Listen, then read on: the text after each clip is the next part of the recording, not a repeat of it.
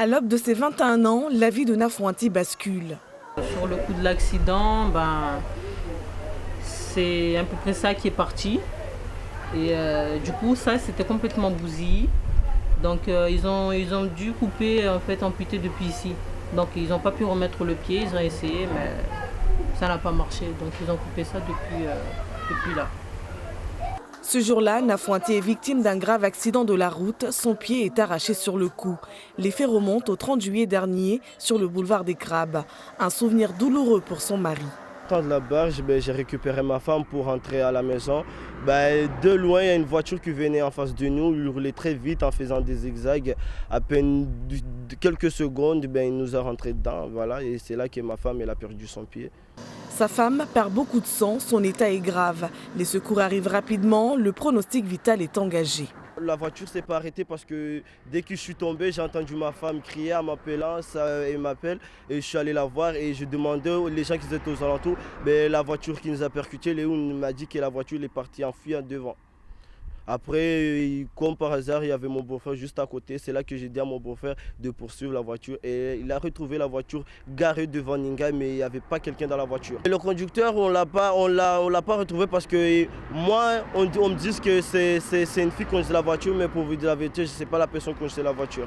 Le lendemain de l'accident, on pouvait lire dans les colonnes de nos confrères de Flash Info que le colonel de la gendarmerie affirmait que le conducteur du véhicule s'était rendu coupable d'un délit de fuite. Coup de théâtre, le parquet nous a révélé que finalement, le délit de fuite n'est pas retenu. L'enquête est toujours en cours, des zones d'ombre persistent et certains témoignages sont accablants. S'il paraît, le monsieur, c'est une légion étrangère, il travaille au dilemme. Et les gens pensent que c'est sa femme? Oui, les gens ils disent aussi que c'est sa femme, oui, conduisait la voiture. Et le monsieur, les gens ils disent que le monsieur il était à La Rochelle en train de s'amuser avec ses potes. Et là, la femme il conduisait la voiture pour aller récupérer son mari. Voilà. En arrivant là-bas, ils ont fait un échange là-bas que c'est le monsieur qui conduisait la voiture. Mais on m'a dit que c'est une fille qui conduisait la voiture, mais pas un gars. Pourquoi le délit de fuite n'est plus retenu par l'enquête? Sous couvert d'anonymat, des personnes expliquent que l'enquête essaierait d'étouffer l'affaire étant donné que la conductrice est la compagne du militaire et cette dernière aurait pris le volant sans permis de conduire. Où est la vérité? Dans cette confusion sans nom, la victime a porté plainte. Le mis en cause est poursuivi pour blessure involontaire. Cet homme n'est jamais venu me voir, ni sa femme, aucune personne de sa famille.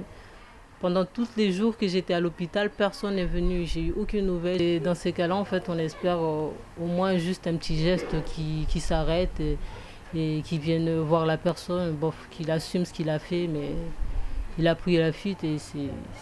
Voilà. Blessé et désarmé, Nafuanti doit apprendre à vivre avec un seul pied. Il lui est désormais impossible de s'occuper seul de son bébé d'1 an. Pour la jeune femme, justice doit être faite.